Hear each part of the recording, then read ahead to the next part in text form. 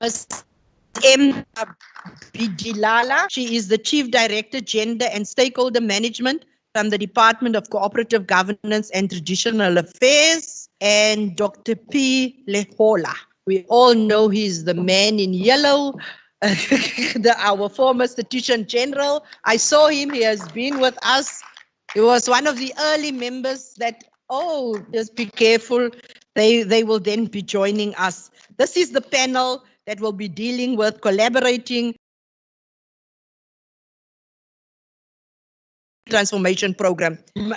Can I just introduce then the moderators as follows? Ms. Nakani came into the legislative sector as a CFO for the Eastern Cape Provincial Legislature in 2016. In 2020, she was appointed as the first Women's Secretary in the Eastern Cape Provincial Legislature.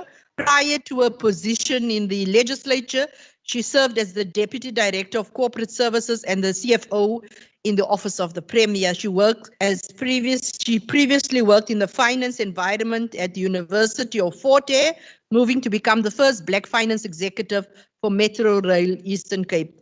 She has a trail of clean audits, and she is the treasurer currently of the Secretaries Forum, SALSA, and the chairperson of the sector G&A cluster. Ms. Ngakani is an ordained minister and serves as a bishop in the church. Our panelist, Ms. Kay Kang, welcome, ma'am, is the Acting Deputy Director General of the Department of Agriculture, Land Reform and Rural Development. She's responsible for strategic direction and interventions in respect to diversity management and transformation strategies, monitoring and evaluation, and legal services. Her strength is on change management, people development, and management, corporate governance, and strategic capability. Thank you so much. We may clap.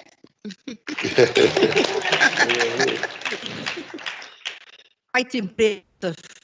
Ms. M. Mabidi Lala, I hope I pronounced that, is currently employed as the Chief Director, Gender and Stakeholder Coordination in the Department of COCTA. She has over 40 years experience in the public sector. My apologies, where she has held several positions. She is a monitoring and evaluation specialist, a skill she learned post-1994, starting as a health information practitioner in Gauteng, Department of Health. Thank you so much. Yes, cheers. It's clean water. Yes. I was not at the party last night, speaker, so I'm not quite sure why I have this early morning drink. She started as a health information practitioner in Gauteng Department of Health and moved to the National Department of COCTA in 2006 and as a Chief Director Monitoring and Evaluation for Local Government, where she was responsible for the localization of the SDGs and the 2063 agenda in local government.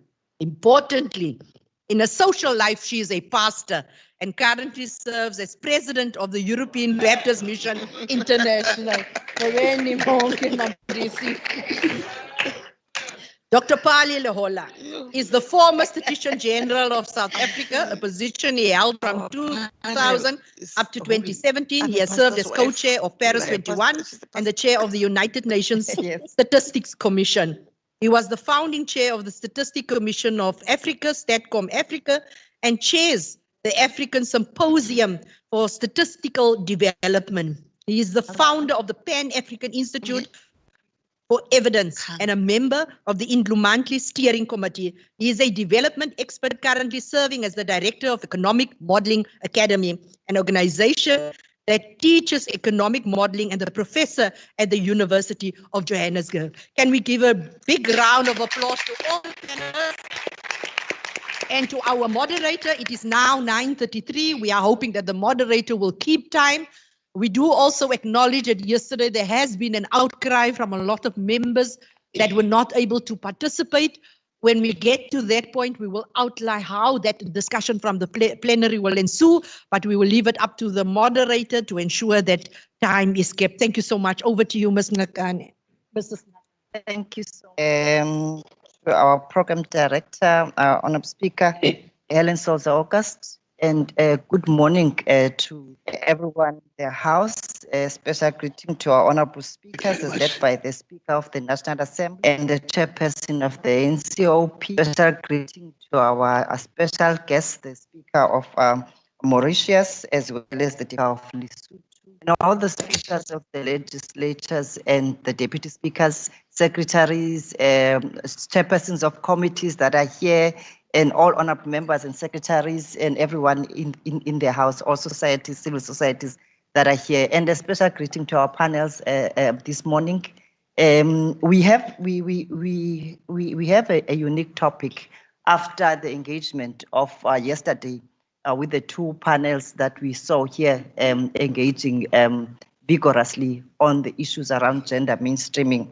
And today our topic of focus is on collaboration in ensuring a gender transformation program. And as introduced, we have here the Department of Agriculture represented and rural development. We also have COGTA also amongst us, and we also have the privilege of Dr. Lihutla, who in terms of his wealth of knowledge also goes back into Stats SA.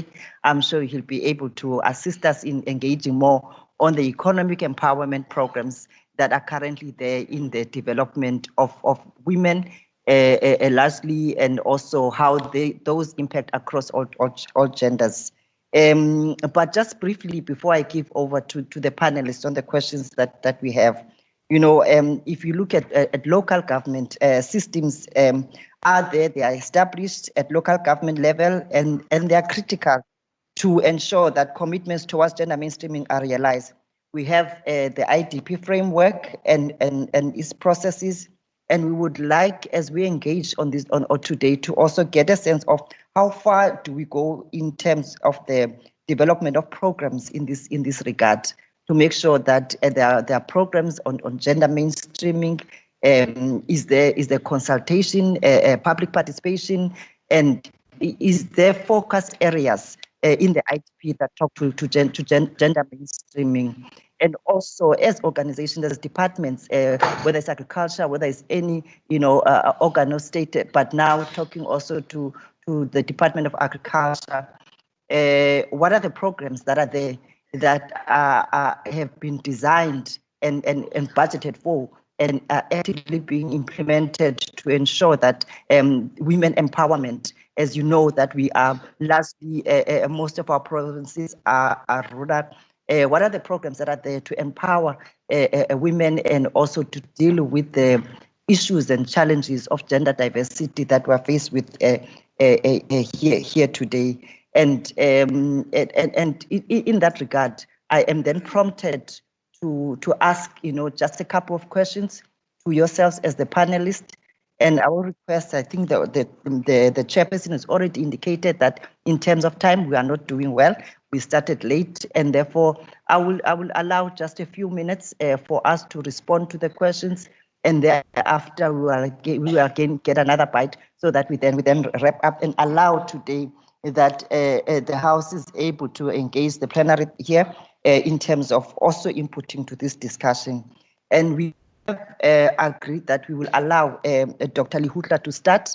He has a presentation that he wants to talk to as part of engaging us on this topic. And as he does that presentation, I will also pose a question to him so that he also responds to that question as he speaks to us. So, Dr. Lihutla, if I may speak to you on economic development modeling from Economic Modeling Academy. Economic development is at the heart of addressing social inequity and promoting gender equity. In your expertise, what you say needs to be done to ensure that legislatures are conducting effective oversight with regards to economic development that fundamentally addresses poverty? No, thank you very much, Chair. And let me adopt and borrow the greetings that have been presented and all protocols observed. In answering that question, I think I have to look at the basis for gender inequity and the kinds of things that we have seen ourselves doing as head boys, the technology as a catalyst for inequities in gender. First, we are trained not to allow women to collect cow dung while the cattle are there. were trained to make sure that the cattle go women, and we'll train a calf to, and you know that no woman will go on that ground. Those are the stereotypes that we have grown up with. We know that women prepare beer, but once there was clean beer from sorghum, there's no woman who served in that board of Professor Mahanyele. So there is a transfer function once we introduce technology that takes power from women and transfers it to men. Once it's on a cart, nobody carries wood on his head. They will never marry anybody in the village. Women will sing about him if he carried wood on his head. But once it's on a cart and they generate some money, it becomes a man's business. Once it is plastering, if it's on a scaffold, it ceases to be a woman's industry. It's only a woman's industry for as long as it's at a high level, as she plasters. If it is about water, even a Masalela goes and uses a wheelbarrow to get some money from that. These are the stereotypes that we have. These are the stereotypes that we talked about, the culture, the practices that inhibit women who fulfill their role. So there is a bigger problem, and I think I'm happy that the legislature is here to try and address this. But the question is, what is the role of parliament? The role of parliament is to check and challenge the work of government. That's scrutiny. The role of parliament is to make and change laws, legislation, from members' own ways of doing things, to debate the important issues of the day, and to check and approve government spending and budgets and taxes. This is the role of parliament. But what then do they need to exercise this role of oversight? Legislators constitutionally are enjoined to hold the executive for delivering socially desirable goals to communities by deploying a politically compelling and economically feasible agenda that to be delivered legally. This is a big mandate, which brings the question of are they capable to do that? Are they trained to manage this massive responsibility? I'm using the capability approach from Amartya Sen, which looks at the means to achieve and measurement of achievement. Do we have the means to define the vector of goods and services? Do we have the capabilities to explain and manage the vectors of potential functionings? And do we have the vector of measuring what has been achieved in an integrated system? So that question brings to bear the issue of what is a capable state. A capable state with high caliber public sector personnel is needed to make these decisions. And for that, you need utilizing economic models, social models. And those require not only in the legislature, in the executive, but in the legislature itself. So dealing with a matter so sensitive, embedded in our cultures and practices, so complex as gender, requires even more stronger capabilities. I recall, Madam Speaker, we were on a flight to New York on the women's session that follows on the statisticians session. And we were saying, Paddy, you know, I met these young people. I said, Comrade Minister, this passing of that law was great. And we were huffing and puffing and saying, you know, the things that we have to do as legislators is so difficult. When we confessed this yesterday, I thought I should actually say while we discussed on our trip to New York. Now, what do legislators need the most? You really need to understand macroeconomics and budget-related issues and policies. You need to understand labor markets, skills demand, supply. You need to understand poverty and inequality and role of social protection policies. And you need to understand global warming. And this means you have to be equipped to understand it. You don't just need to talk it, but you must be equipped to understand it. And you need to translate these socially desirable goals. And for that, you will need to support the development of a more capable public sector with innovative tools in the hands. And I've been invited as Director of Economic Modeling Academy, and you need to actually acquire either both the language and at least the skill to ask the right questions. That is a must. You must ask the right questions. And Emma gives you the possibility of doing so. And this is the more complex, it's massive, it has 12,000 simultaneous equations, and it deals with household results, poverty levels, rate, gaps, inequality by gender. We don't have such a model in government that integrates macroeconomic, microeconomics, and looks at the impacts of this on matters gender. That's where gender becomes, and this part here, this block here of household results looks at gender. And we need these kinds of tools of foresight to help us do what we need to do. There is no model in the country that helps you to look at provincial results, the provincial, district, and municipality. This model that we have gives you that. And it involves social policy, all integrated, so that you can understand what the macroeconomic implications or microeconomic implications are on the key issues of poverty, inequality, and unemployment. At the moment, there is no such model. What we measure is debt to GDP ratio, growth, prices, and all those things that are economic. But we do not have a system that does this. At Economic Modeling Academy, we have this, and we can be able to be empowered to deal with these complex issues if you actually empower yourselves like this. Thank you very much, Madam Chair. Thank you so much. Thank you so much for that elaborate presentation. And I think we take home a few points from what you have said. And what I can pick up is that what you're advancing here on the model for the provincial macro household model, you are actually advancing the fact that we must ensure that what we have put in our last development plan 2030 is actually realized. And it is not going to realize unless we put systems into place and we develop models that will talk to what we want to achieve. And therefore, there is a task for us to pick up on going forward in terms of making sure that proper models and systems are in place. I would like to move over to also the Department of Agriculture, Land and Rural Development. If you allow me. Yes, thank you. Thank yes, you. But before you come in, we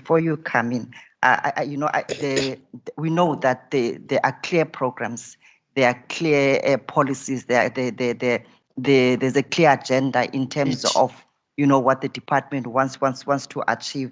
But what we're more interested on as well is that with the work that has been done thus far, what is the progress and what are the key challenges in terms of, especially on issues of land, land redistribution to women. Again, I'm going to talk and focus also on rural development, on rural communities where we know that there are specific challenges, access to land for women, issues of security tenure, even representation in traditional councils, which are sometimes some of the challenges where women may not always be allowed, to have a voice in certain traditional councils. But what are the what is the progress? What are the challenges?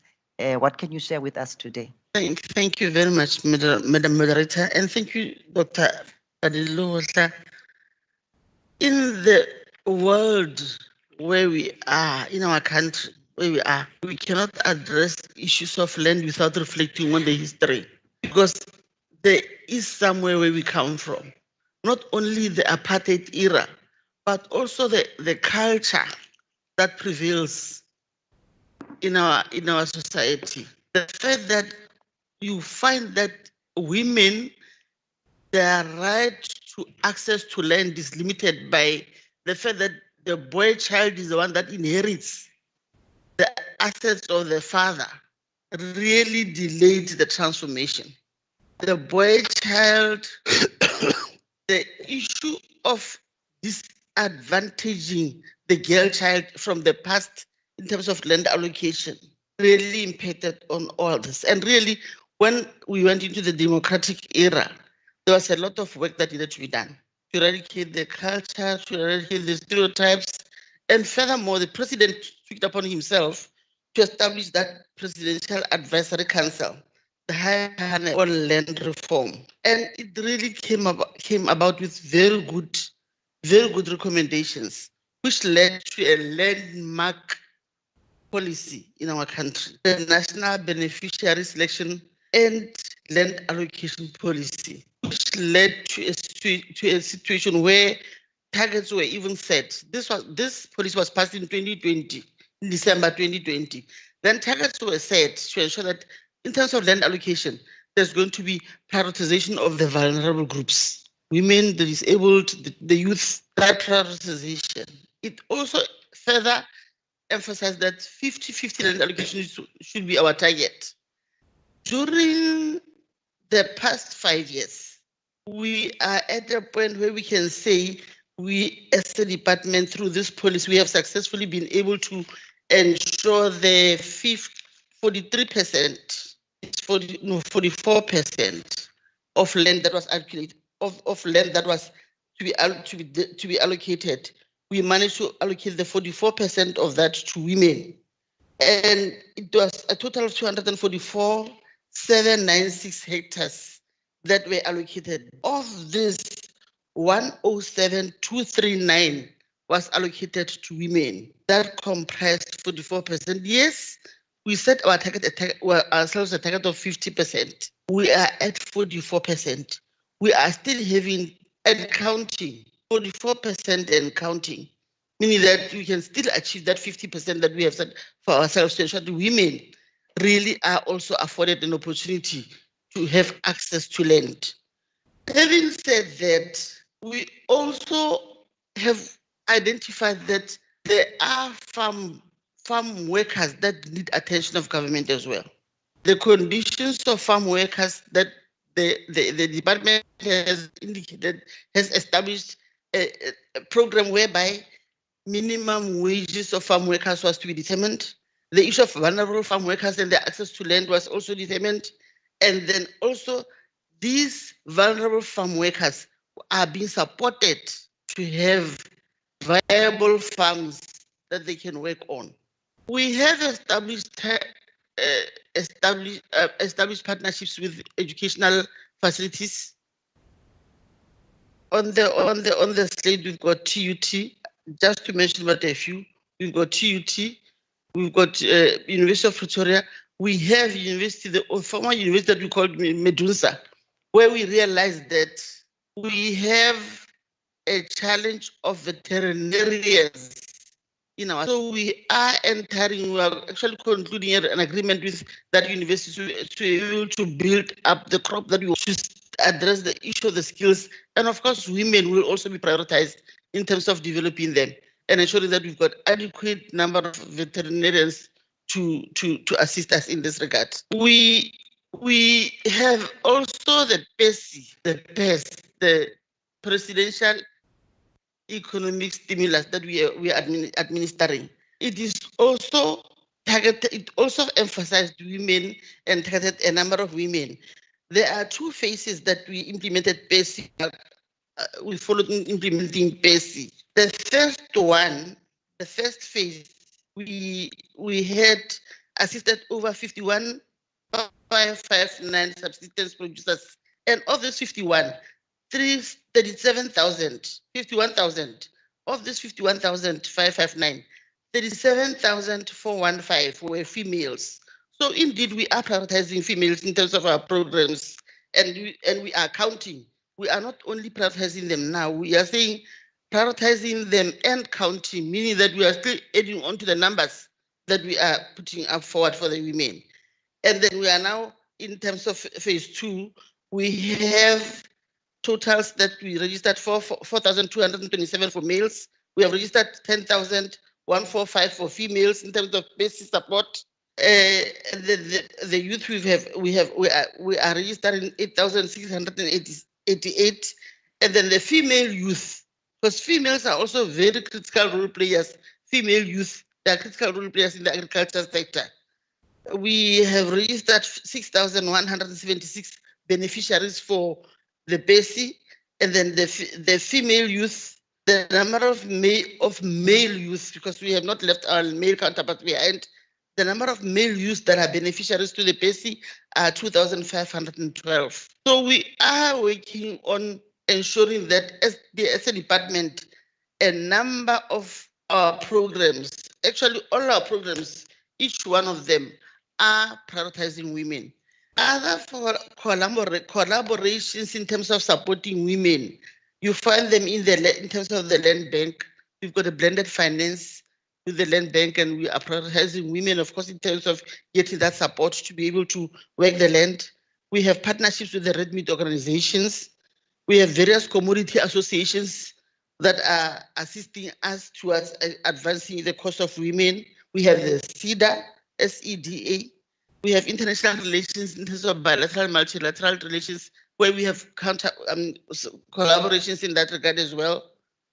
Lastly, we cannot do international relations without doing regional and continental structures. We also have those that we are assisting, that collaborations that are assisting us to drive the cause of ensuring that women take their rightful place in terms of ensuring that they become independent and they are economic players, and they are therefore not easily abused or targeted to be not independent and therefore dependent and end up being at the back end of the economy. We are enabling women to be forerunners in terms of the economic opportunities of our country. That is a brief that we can say in terms of programs that we are running. Of course, all government departments were implementing DDM, District Development Model for Service Delivery for the rural development of beneficiaries. And then we've got a big program that is very viable that we are our flagship for the youth, the NARISEC. We've got the NARISEC that is a program that is targeting both female youth and the male. So to say, they also must be empowered to be critical role players in terms of the economy of the country and assisting the sector to contribute to economic growth. I thank you. Thank you so much, Ms. Khan, for that. I think for me, what I take as you were concluding on your response is the importance of collaboration that you are showing.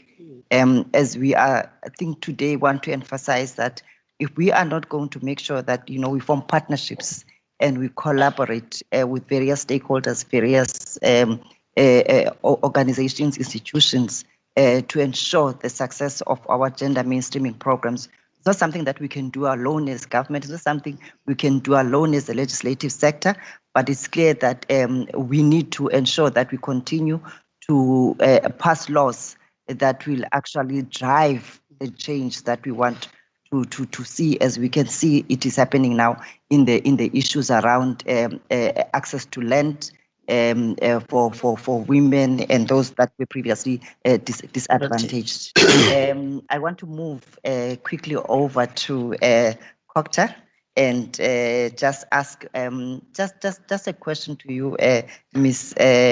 Mabidi Lala, as the Chief Director of the Department of Cocta.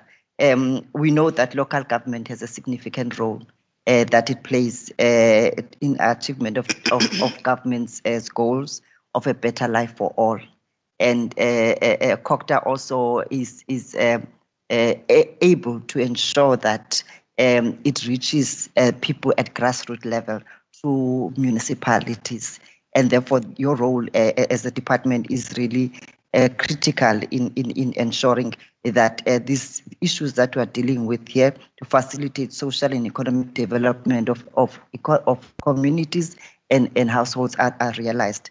But looking at past reports that continue to be presented by the Auditor General of South Africa, around the performance of municipalities.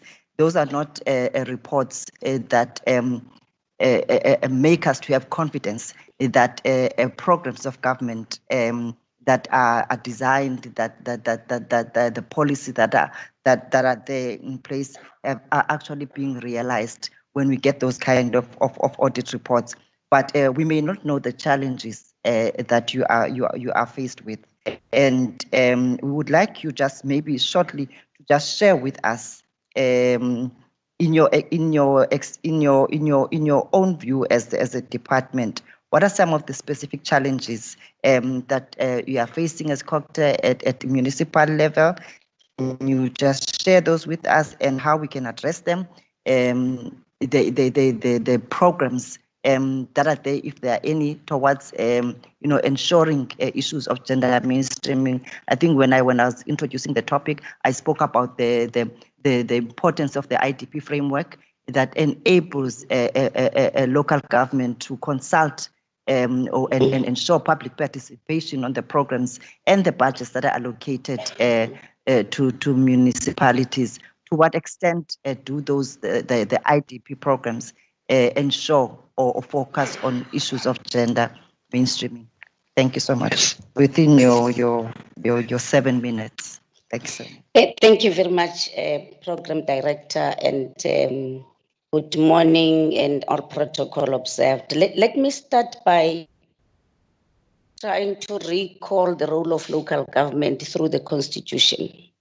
Section 152 of the Constitution has the objects of local government. And amongst those, the second one says, and we need to ensure provision of services to communities in a sustainable manner. In a sustainable, meaning it has to be uninterrupted. The second part of the Constitution that I would like to mention is the Section 154, which provides for national and provincial government to strengthen the capacity of municipalities to perform its function. Now, trying to talk to the two, what is important before I respond to your question in terms of what is happening is the extent to which Section 154 is budgeted for, both at the national and provincial level. My observation and the observation of the department, there's only budgets for interventions rather than budgets for the support that is required, so that we don't become reactive, but we become proactive. As the systems are put in place of planning, monitoring, and evaluation and auditing are put in place, it has to be an intentional and a very focused approach in terms of oversight and monitoring. And the question that we ask ourselves as a department is, to what extent are these reports being utilized in the different levels of government, starting from the national legislature, the provincial legislature, and municipal councils? When reports are presented, what do we do with those reports? Are people held accountable? Do we call for help so that we can be able to identify and diagnose the challenges before it even gets worse? Yes, I agree that in the 2021-2022, only 38 municipalities out of 257 received a clean audit. In the last financial year, it was 41, meaning there's a dip. And the Auditor General is saying the deteriorating standard of living and service delivery failures are actually affecting our people, especially women. And what we did as a department in 2021 and 2022 was to conduct an in-depth state of local government of each municipality in the country. In 2021, we identified 64 municipalities which were dysfunctional. When we analyzed progress in 2022, 2 municipalities were added. We now have 66 municipalities that are dysfunctional. And this is what we did to identify some of these challenges. When you look at the political pillar, we picked up as a department that intra-party and divisions in caucuses, internal and external interference, persistent and frequent interventions actually affects how municipalities are managed. Infighting in councils, where you find that in terms of governance, councils are not sitting as they are supposed to sit to receive the reports. When they receive those reports, the extent to which those reports are being acted upon. The other one is poor oversight, poor decision making, and sometimes disruptions in council meetings when decisions have to be taken. The third one is administrative, which is the high number of vacancies, but also the skills that are required to enable municipalities to function. When you come to financial management, National Treasury did a study, and 163 municipalities are currently under financial distress. And the extent to which governance issues, poor governance, it's actually making administration to be affected, and that also affects service delivery. When you look at the municipal infrastructure grant, the spending, you find that yes, we're saying 90% spent, but when you go to the ground, you cannot find what the money has done. And there are municipalities that are persistently underperforming in our areas. The last one that we did was to look at LED. What we found was that in some municipalities, LED is seen as an add-on. It's not intentional, it's not focused, and if you don't have sustained infrastructure, that in itself affects the extent to which investors are attracted. We all know the story of in what happened in one of municipalities where Clover left because they said there's poor roads, there's water interruption, there's no electricity, and they left. And that left people unemployed, and some of them are women. Now, if there's poor service delivery affects women in the sense that they are the ones, when the water truck has to come, should run with buckets. Madam Speaker, yes, when my mother became very sick and my elder sister decided to take care of him, my elder sister is also a pensioner. When there was no water to wash my mother, the truck came and stood there at the end of the corner, and she's there. She has to carry the water while she's also a pensioner herself. And I picked up the phone and called the councillor there and said, this is an aging community. I come from Mfuleni. This is an aging community. The truck should actually go street by street so that the elderly women should be able to go and get the water. Because then you find that they say the truck was there, it left, and there is no water. So these are some of the challenges that affect women. and even elderly people cannot even go and get the water themselves. Cutting grass, especially in these informal settlements, so that women can walk freely without being attacked. These are the simple back to basics challenges. Fixing street lights. It's one of those things that are simple that can be done to prevent women from being attacked. So there's a correlation between what the Auditor General is saying and the analysis that we have done. So it's not about availability, it's about accessibility. Are these services accessible for women and the disabled to be able to function in terms of the Constitution? Now, coming to what we have done so far. After the state of local government, we introduced what we call a municipal support and intervention plans that had to be developed by every municipality in the country, especially the 64 that were identified. Multi-sectoral teams from national departments, together with the provinces, went to municipalities, with National Treasury as well, and SALGA, to go and assist municipalities to develop these plans.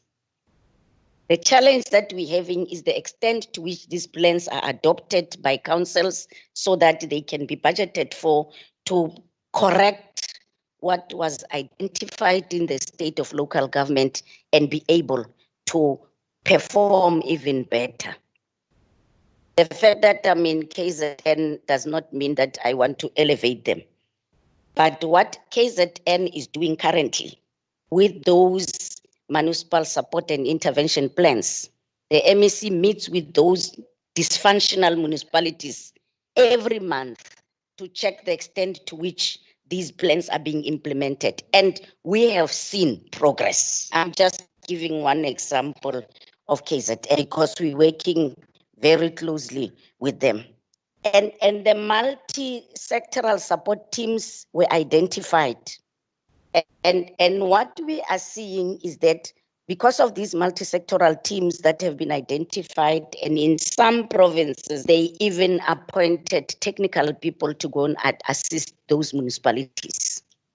What we are doing currently in terms of making sure that these things are implemented, MISA through agent is supporting municipalities to make sure that MIG is implemented.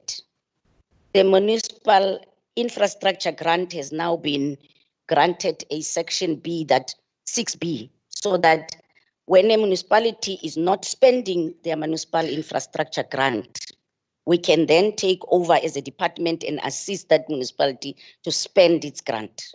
I'm giving a classical example of where I come from in Mfuleni, where persistently over the last 5 years, they are underspending in MIC. And this is due to what is happening in council, the extent and the speed at which the projects are approved and implemented. So these are some of the things that we are doing as a department. Lastly, Madam Chair, one minute. How do we solve this problem? We can solve this problem through proper planning, proper implementation, monitoring and oversight. And that oversight should be done by legislature and municipal councils. If we could do that and very intentionally do conduct oversight, most of the problems that are happening at local government level would actually be solved. Thank you, Madam Speaker. Thank you so much. Thank you so much. I'm not even going to repeat what you have said, because it is clear that there is work that is happening at local level, but there are serious challenges, especially on leadership, both political and administrative leadership. So with all good programs, unless those are effectively addressed, we may continue not to realize what we want to see. happening, and the role of the legislature in that and parliaments in that regard becomes very important. But what I take from what you're saying is that also that our oversight as parliaments and legislatures, it needs to be deepened when we're dealing with the work of COGTA, and therefore the portfolio committees of COGTA may have to find a way of going beyond just the department and looking deeper in terms of what is happening at the municipal level. And I just want to just throw one last question, of which I'm going to just give each strictly 1 minute each, just to conclude our discussion here. And in fact, you don't all have to respond. Any panelist respond, but if you do, I'm only giving you 1 minute.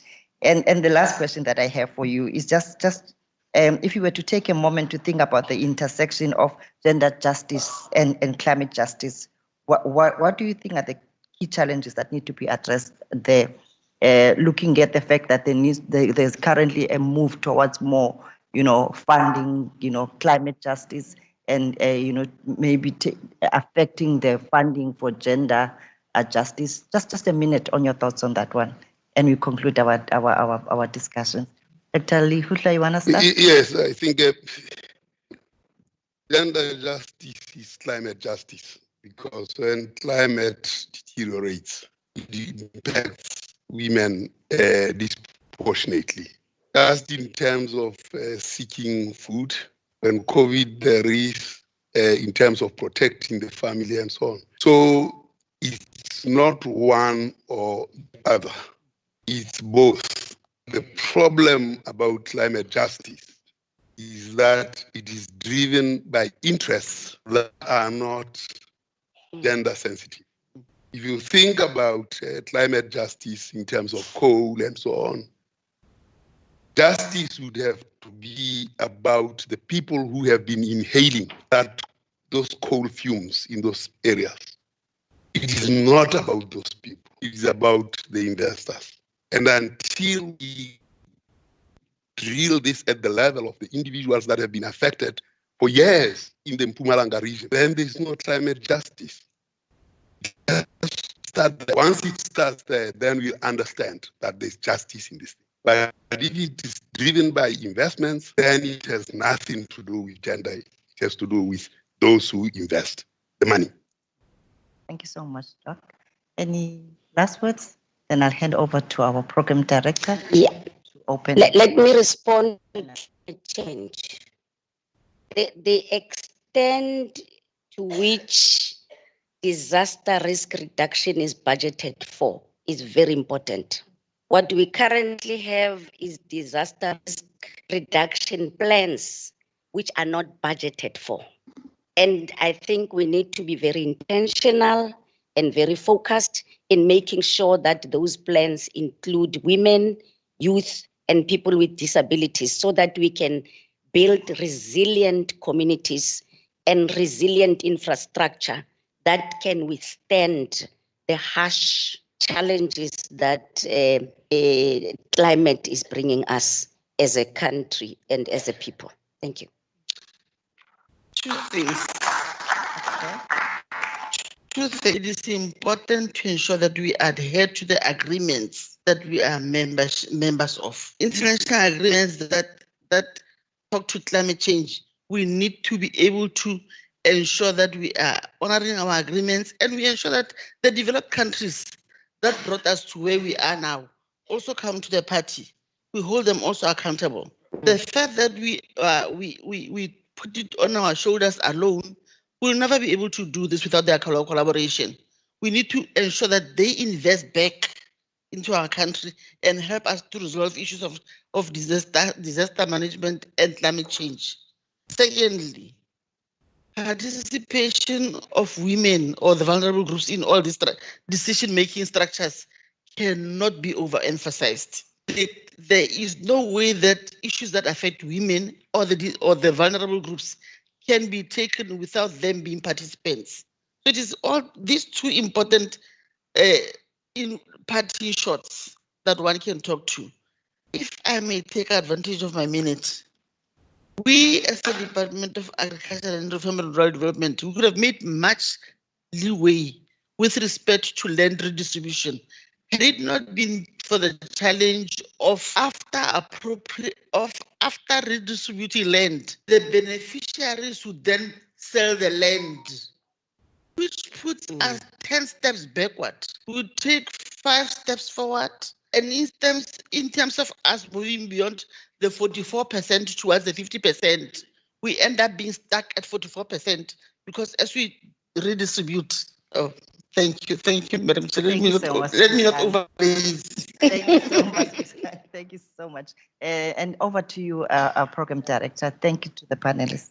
Thank you so much to the moderator and the panelists. Can we give them a warm round of applause? Thank you. They have stuck to my time limit. Thank you so much. I think the responses have been adequate. It has been thrown out there to the plenary. Remember, the panel discussion has been on collaboration in ensuring effective gender transformation programs. It is up to the plenary. I don't want to say let's stick to the topic, but I think it is important because what we would want to achieve today is also to allow the panel afterwards just a 1 minute, a response back to the input that we will be making. I will allow anyone to speak, but I think we must also recognize that we have a diverse group here in front of us, and it is the legislative sector that is predominant. So we would want to hear all of the diverse groups that is present here today, but I will only allow one person, one question, one comment, 1 minute. If you don't know how to do it, ask me. One question, one comment, 1 minute, one round. So let us start on, I will start from my far, yes. I will start from my far right. If there's anybody on that sound, there's a lady with a peach, brownish, her hand is up. And is number 1. Let's go. I would appreciate, so let's also spread the debate and the input. Please just introduce yourself, no background, just introduce yourself and your comment or your question, please.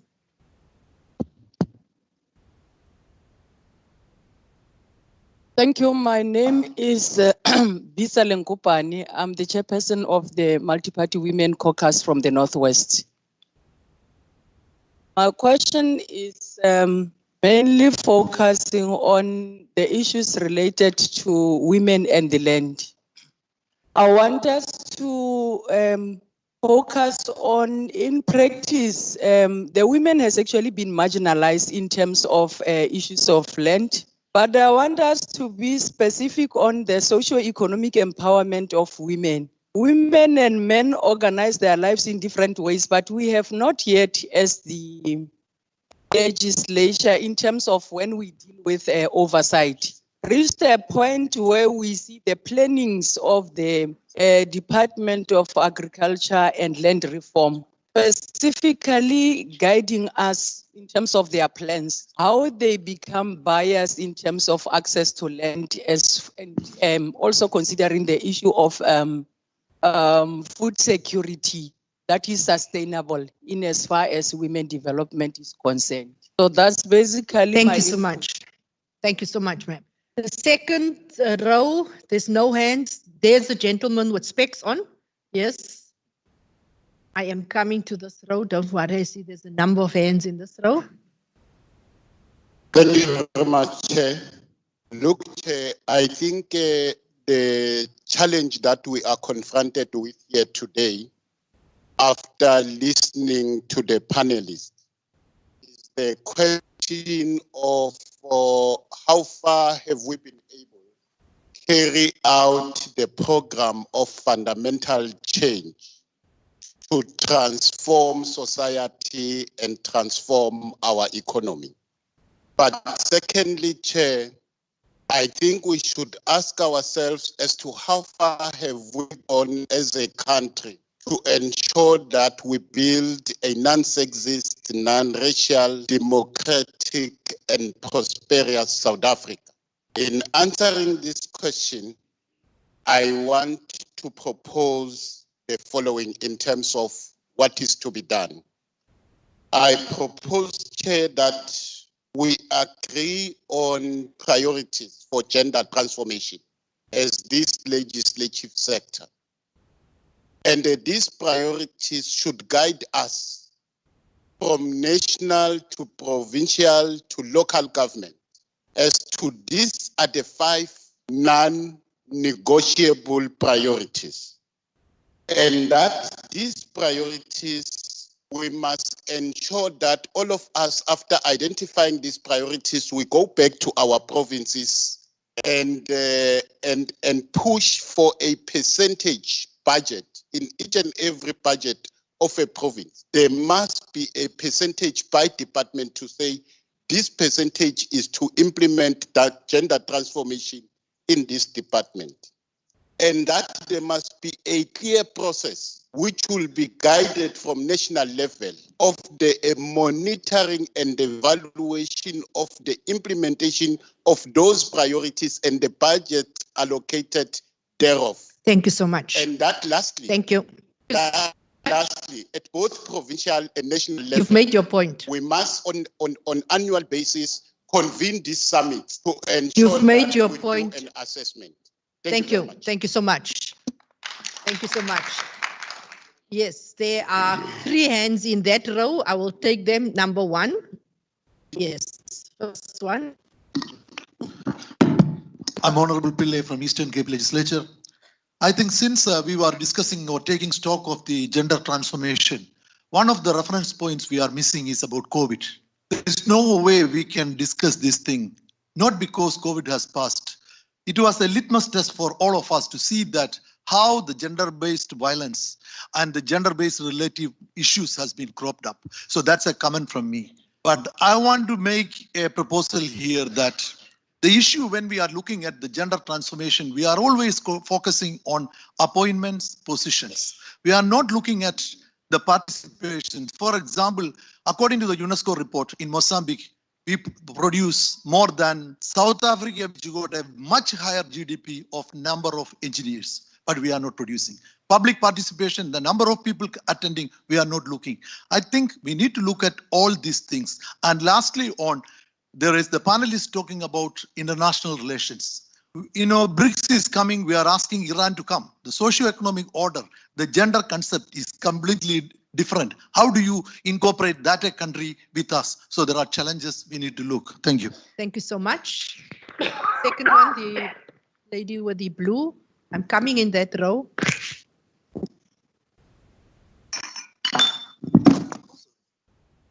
You are quite a disciplined plenary today.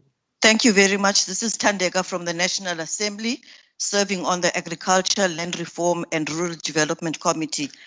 What I'd like to see from the department is a program that is directed at women, targeting women and only for women. Because I feel that these quotas of 40% or 30% are not enough.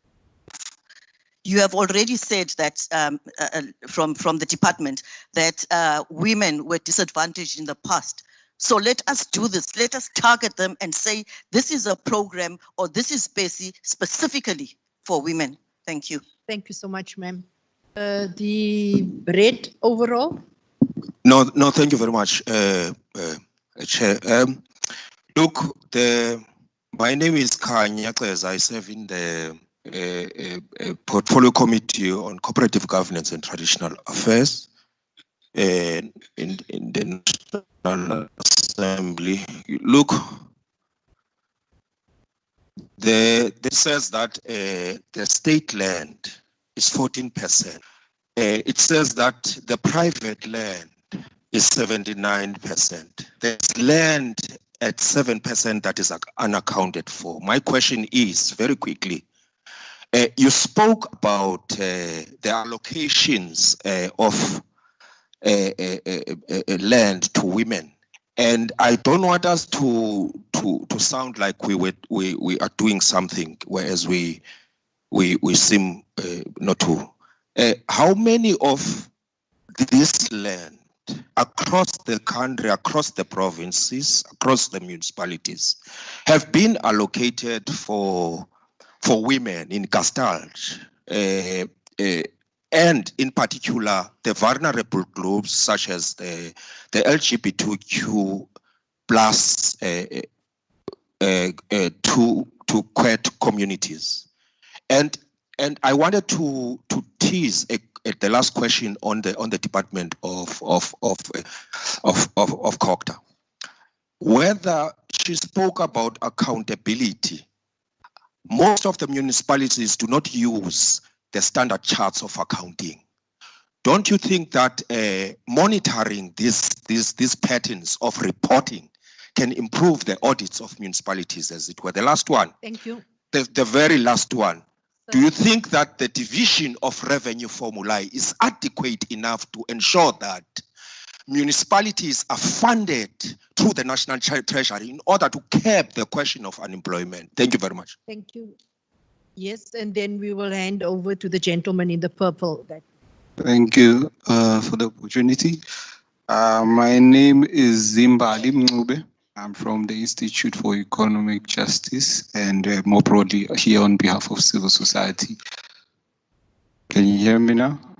Yeah, my question is to Ms. Kgang, and it's related to one of the programs which you mentioned, that is the PES, Presidential Employment Stimulus, which is a great program, as you have highlighted, but has been regressively receiving budget cuts, which is informed by fiscal consolidation, that is the Treasury strategy to cut expenditure across various, programs. And so I'm asking this at the back of the medium-term expenditure framework guidelines, which were issued by Treasury, and the department was supposed to submit its submissions and estimates of, all the various programs and how it's supposed to spend. And the question is, how did the department prioritize,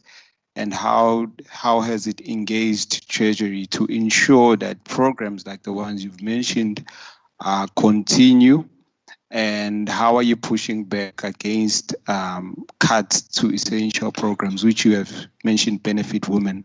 I just want to read an extract here to highlight my point, and that's my final input. But really, sir, you've posed your question like you are concise in your question. Okay. Yes, let's allow others. Let me also respect yes, others. Thank you so Thanks. much. I really do appreciate it. Thank you. Next speaker.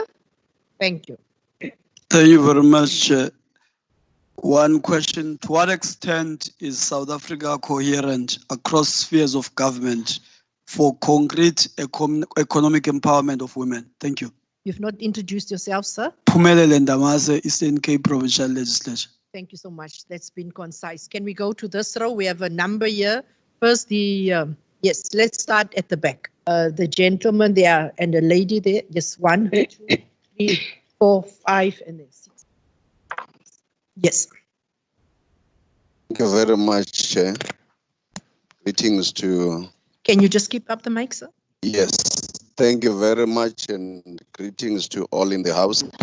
In fact, let me say I'm coming from the Men's Sector Forum, Sugumanda Dasake. My name is Begimbi Mkono. Happy Women's Month. Thank you. Yes. We appreciate that, but it's taking part of your minute.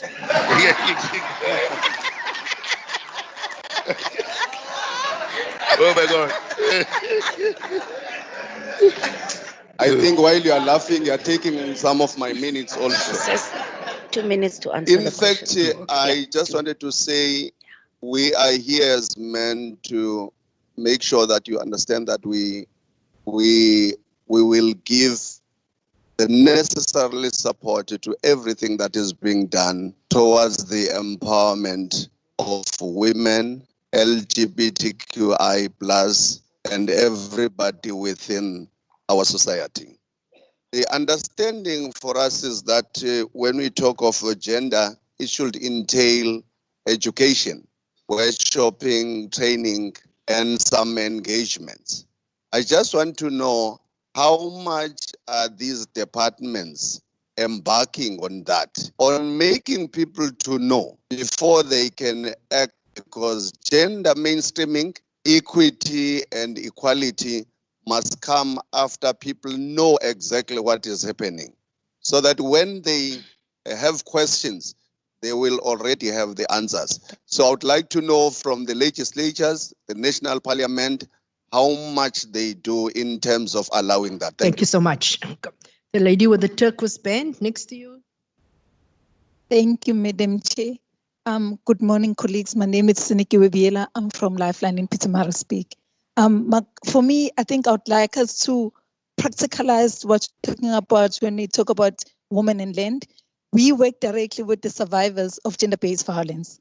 What happens in deep rural areas, even if the woman have financial power to build her own house because she wants to break away from this abusive relationship, traditional leaders will not allocate the piece of land to a woman without a man. So for her to get a piece of land in a rural setting, she needs a man to go with her to a traditional healer, or a son that will go with her to a traditional leader for her to get a piece of land. So until the access to land that we're talking about talks to the chiefs and what is happening in deep rural areas, whatever we're talking about here, it's not serving the woman, especially the gender-based violence survivors and the LGBTQIA+, because they cannot access land if that chief does not feel that woman or that community should be given a piece of land. Thank you so much, ma'am. Thank you.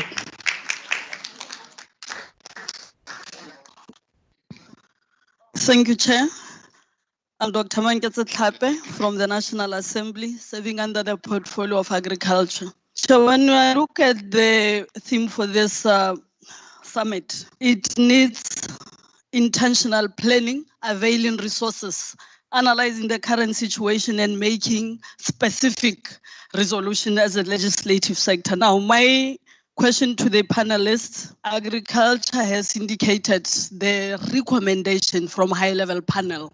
Unless we make it a policy for 50-50 allocation of land, it will not serve purpose. Just President was saying yesterday, they can only intervene if there's legislation into that, and we are here to plan. So policy making becomes very key. The other important factor for me is the impact versus quantity. The gentleman is speaking about hectares of land allocated. If you allocate 7 hectares and you count 7 hectares for women and everything, it doesn't make an impact. So we need to look into all those. Coming to COCTA Chair, we spoke yesterday about divisional, sexual division of labor, women doing this, men doing whatever. It will be prudent that we have such policies in COCTA. For an example, on your technical directors, your municipal managers at municipal level, community service, you'll be lucky if a CFO is a lady. So it will be very key that as legislative sector, we must make that enforceable through policy making so that we achieve what this team is saying. Thank you, Chair. Thank you so much. Thank you, Madam Speaker. National Assembly. In the first instance, I picked up incoherence yesterday, not in a bad way, in the sense that maybe government is not speaking to each other in a various number of ways. The National Planning Commission yesterday made reference to not actually placing specific targets for women. If they're addressing unemployment, there's an assumption as opposed to a specificity. Now, I raise this in the context of gender-responsive budgeting, which I think is at the heart of ensuring it available for the agenda of the plight of women. So my issue is actually with that Madam Speaker of the National Assembly to say I do believe there has to be some sort of change in the budgeting process insofar as ensuring that the political statements translate into being budgeted for. So, Madam Speaker, what I'm calling for is that whilst there's a need for gender-responsive budgeting, there has to be a deliberate outlook in the legislative sector for gender-responsive oversight and accountability. And finally, Madam Speaker, is the issue which has been previously a social program, which is, take a girl child to work. I think the narrative must change to take child to work, because to empower and raise consciousness in a society where there are problems, and then you are dealing with people who are not exposed. So I think this needs to go back to basics. And I think the one thing we need to come out with here is the role of basic education in assisting and ensuring that from an early age, the issues that we are dealing with here in one way or the other are fostered into the psyche of society. Thank you so much. Can we give to, can we just hand over? Thank you, Chairperson. Narusha Naidu from the KZN Legislature. Chair, I'm directing my question to the presenter from COCTA. I wanted to understand the role of COCTA vis-a-vis the role of Parliament and legislatures.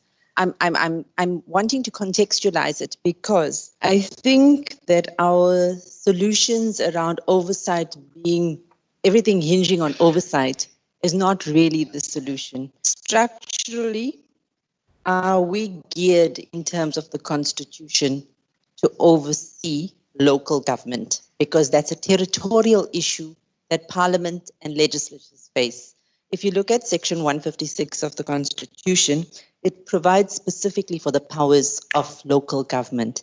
And our Section 55 of the Constitution and 114 for Parliament and legislatures talks about oversight over provincial, in the province, provincial executive organs of state, and for national executive.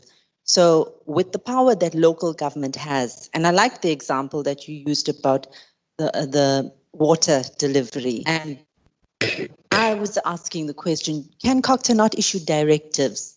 And even that is oversimplistic in a solution. But I think the problem is more complex. It goes to the structural arrangements and the ability to oversee local governments. Thank you so much. Deputy Speaker, here in front. Thank you very much for giving me this opportunity. What I want to say is that from yesterday, we kept talking about Chapter 9 institution. I thought I should say that coming from the FFC presenter yesterday, I thought that they have themselves working with Chapter 10 Public Service Commission and the FFC Chapter 13 of the call themselves Forum of Institutions Supporting Democracy, and that's the language we should be using to talk about them together. They provide support to democracy in various ways. Of course, all of them want some strength in what they are saying, and that would make better sense that we say as a collective, because us as the Speakers Forum in the legislature interact with them as a forum. So that's the point I wanted to make. Thanks. Thank you so much, Deputy Speaker. I will now go to my left-hand side. There's the gentleman here, there, yes. And then there's just one other jet side. And that will then conclude this session.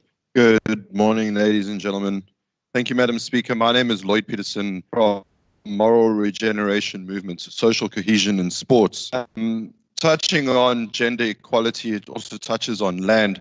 In KZN, we seem to have a shortage of sporting facilities, which are municipal facilities that are actually maintained well and organized for sport.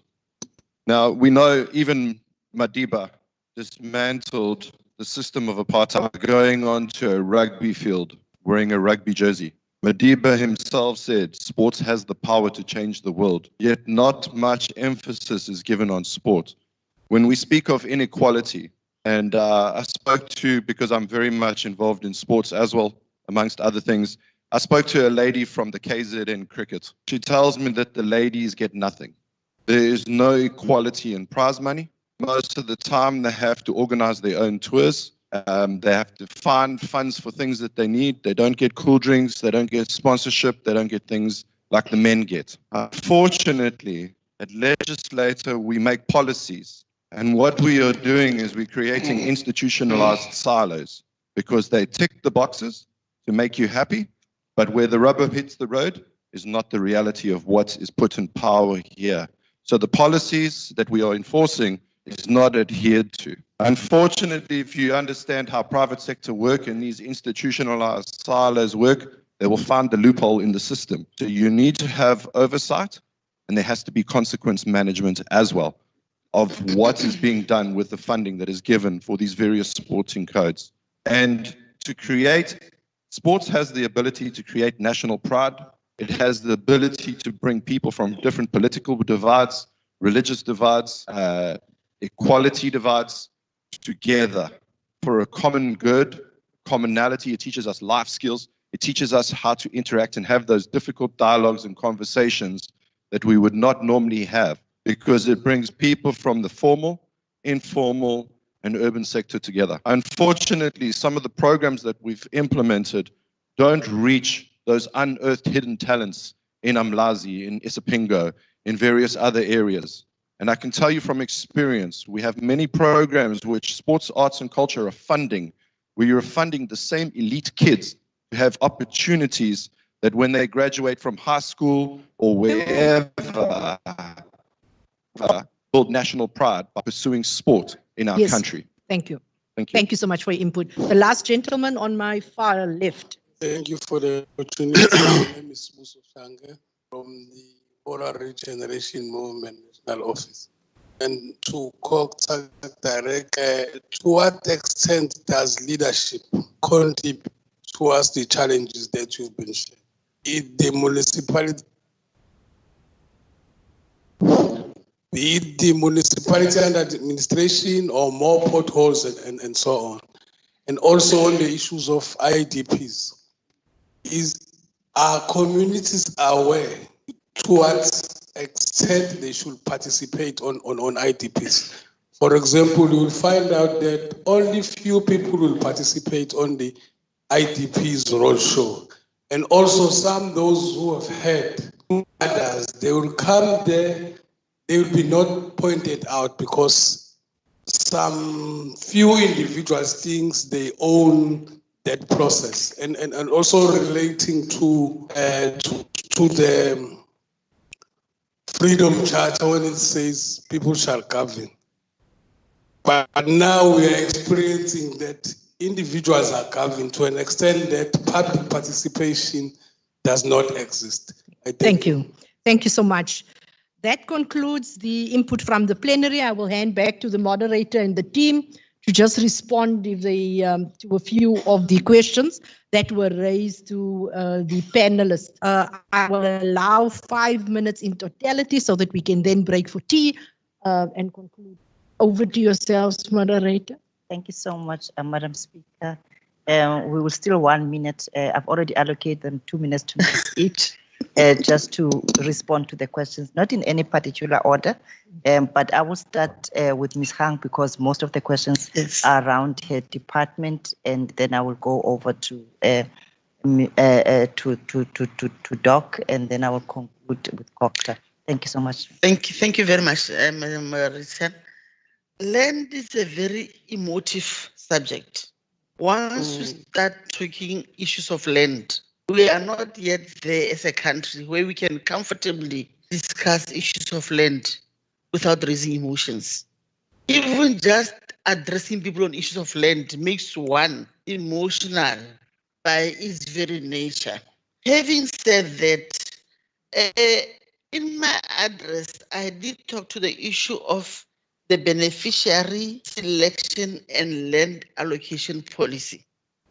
That is the first historical policy that was that was very, very central to issues of land to change the status quo. That policy talks to issues of rural and peri-urban areas, land allocation issues that affect women.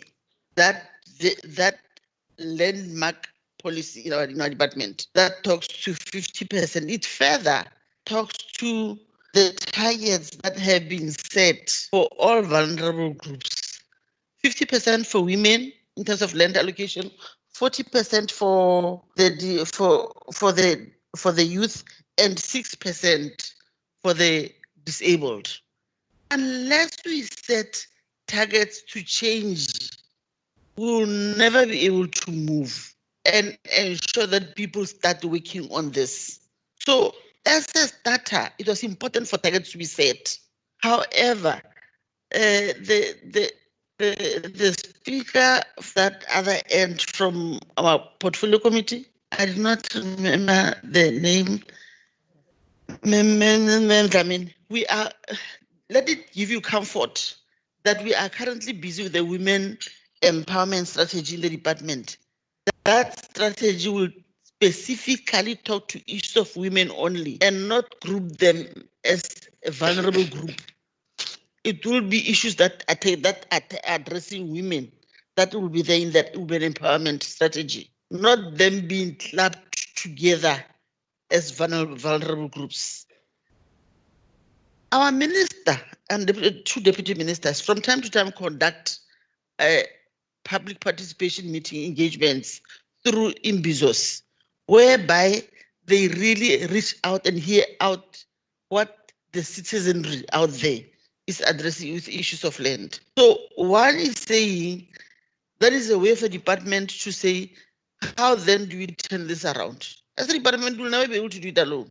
Upfront, you need to be able to say, unless we partner with the communities that we are serving, unless we partner with the people that we are serving, the recipients, the beneficiaries of our services, will never be able to turn it around. So in summary, Madam Moderator, I must say that that is how I summarize the total responses to all the questions. That one is saying our policies for now is sufficient, but there are other developments in the pipeline, like this women empowerment strategy that I'm talking about. I thank you, ma'am. Thank you so much, Ms. Kang. Dr. Ihul. Well, I think the question on impact is very important. I'm yet to find a presentation in Parliament, either by the President or Minister of Finance, saying we'll have this kind of impact when everything we have done in South Africa is done. So I'll not hear that unemployment will be reduced from 30% to 12%. I do not hear poverty will be reduced from this to this level. And the President and the Minister of Finance provide the sum total of our aspirations in South Africa. If that speech doesn't talk to impact, then we've hardly started addressing the key issues that we need to address. Most of the time, or all the time, it's about inputs. Inputs are easy. We know we need so much money. We know we need so much. So inputs are easy. The day we start talking to impact, that's the day that will transform. Impact on the agenda, impact on all forms of inequity. And that is embedded in systems design and design thinking and how we model ourselves into the future. The NDP does talk about some kind of impact, but it doesn't have the pathway to that impact because there are no modeling techniques to talk to that impact. Secondly or thirdly, we don't have a process that is transparent, that defines this impact. So in the absence of that, we can't go far. I mean, our finance ministry talks to, as I said, growth, prices, debt to GDP ratio, and other things. It doesn't talk to unemployment, poverty, and inequality. And those things are not modeled in the equations that they use. They can only talk to those. So the only time this feature are from small-scale studies. So it's not integrated in the model. So you need to integrate these key troubles that visit South Africa into the model. And I'm saying at EMA, they've integrated that. They've also integrated multidimensional poverty that Koka talked about here yesterday. Until we get those sophisticated tools to manage this complex economy, we are not going to go anywhere slowly. Thank you so or much. anywhere fast. Thanks. Thank you, Doc. Lastly, Ms. Bidilala. Thank you very much, Program Director. Let me start with the response that is premised on the fact that there are clear distinctions between the role of the administration and the political arm in South Africa. Our role as COCTA is to make sure that we support local government working together with the provinces, because there is a joint function in terms of Section 154. That our role is to make sure that all the objects of local government are implemented through the support that national and provincial government together with other, not only national and provincial government, but together with other institutions like SALGA, the cities network, and everyone else, to make sure that we support local government to achieve its objectives. So in trying to make sure that there is proper planning, that planning should be done bottom up rather than top down. Because I think what we are doing sometimes is to miss the fact that our constitution says communities should be the ones that provide the needs in their own spaces. And when that has been agreed, it translates to an IDP which is adopted and goes to the MEC, and that is then monitored. But in the same way, the powers and functions of local government need to be adhered to, because sometimes we tend to go beyond, and municipalities then say this is beyond our mandate. But let me come to the oversight part. When plans have been developed, they have to be implemented. I think that's one part that is missing, of how the extent to which the plans are being monitored.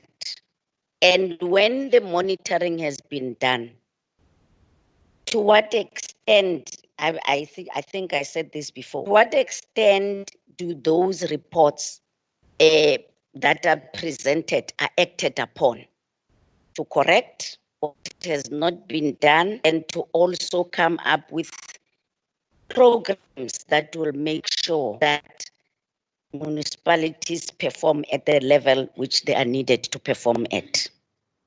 The second one has to deal with, which will be my last input, the economic empowerment of women in terms of how we shape our local economic development in communities so that women can benefit.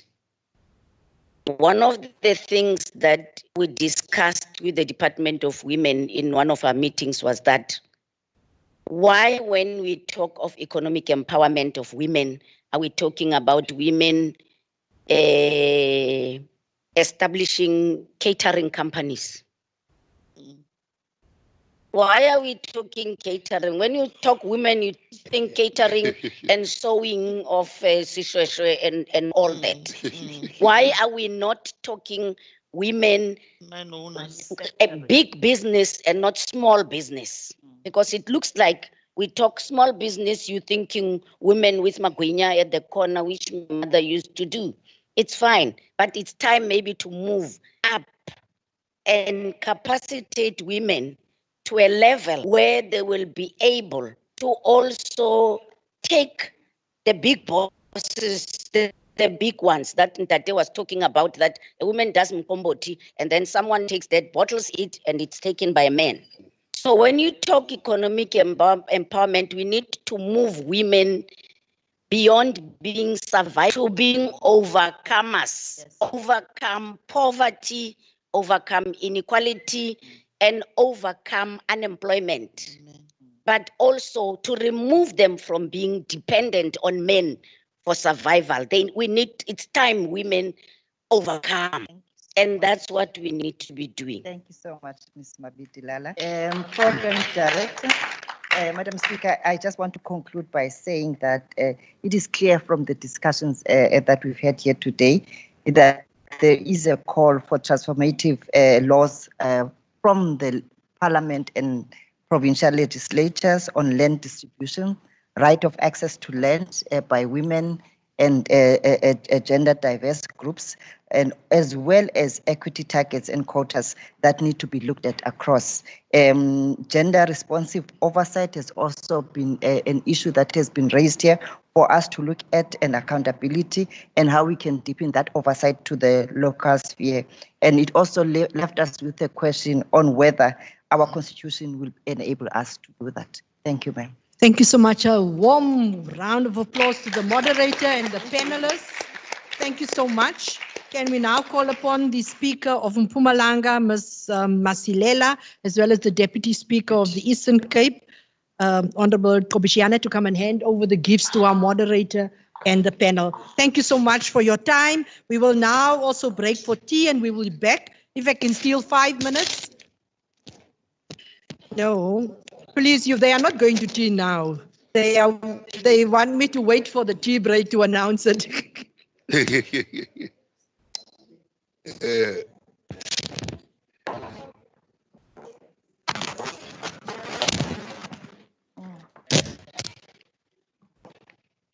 you very much, Mayor.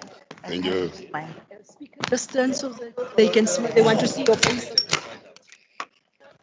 Okay, let's make. Oh, the cameras must. The cameras. Thank you, Mayor.